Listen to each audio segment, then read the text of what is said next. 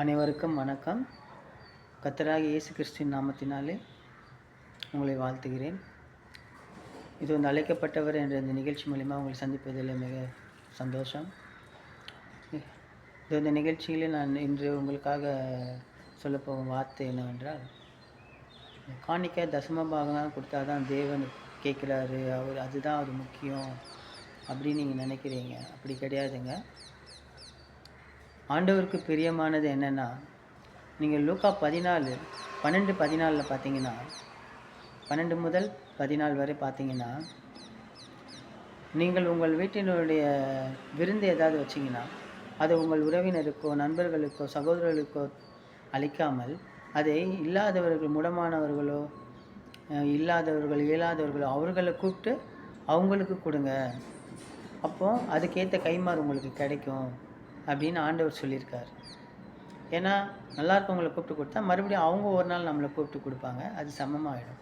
ஆனால் இல்லாதவங்களுக்கு நம்ம கூப்பிட்டு கொடுக்கும்போது அது தேவனுக்கு செஞ்ச மாதிரின்னு அவர் சொல்கிறார்.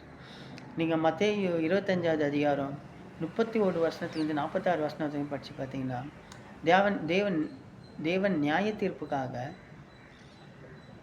சிங்காசனத்தில் அமர்ந்திருக்கும்போது செம்பறியாடுகளை வலது பக்கமும் வெள்ளாடுகளை இடது பக்கமும் பிரிக்கிறார்.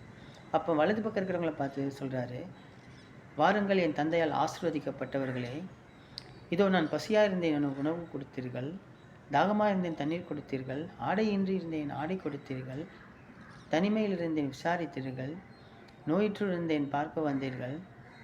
இதோ நீங்கள் என் தந்தையால் ஆசீர்வதிக்கப்பட்டவர்கள்னு சொல்கிறாரு. இடது பக்கம் இருக்கிறவங்களை பார்த்து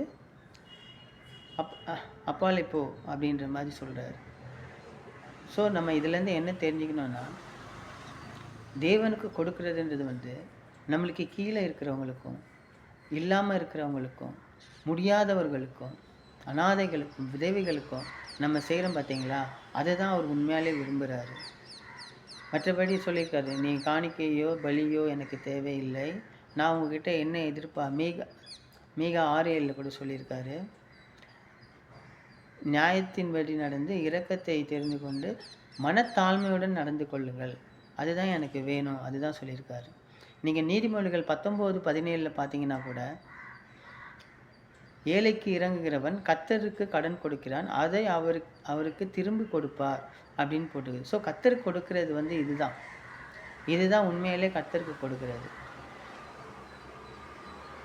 இதை நீங்கள் உங்களுக்கு வேத புக்கு எல்லாருக்கிட்டையும் இருக்கும்.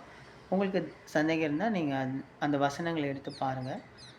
காணிக்கை கொடுக்குறதோ தப்புன்னு சொல்லலை நான். அது சபைகளுக்கோ இதுக்கோ வந்து தேவைக்கு கொடுக்கலாம். ஆனால் மெயினாக நீங்கள் செய்ய வேண்டியது இதுதான் ஆண்டவருக்கு பிரியமான ஒரு காணிக்கை.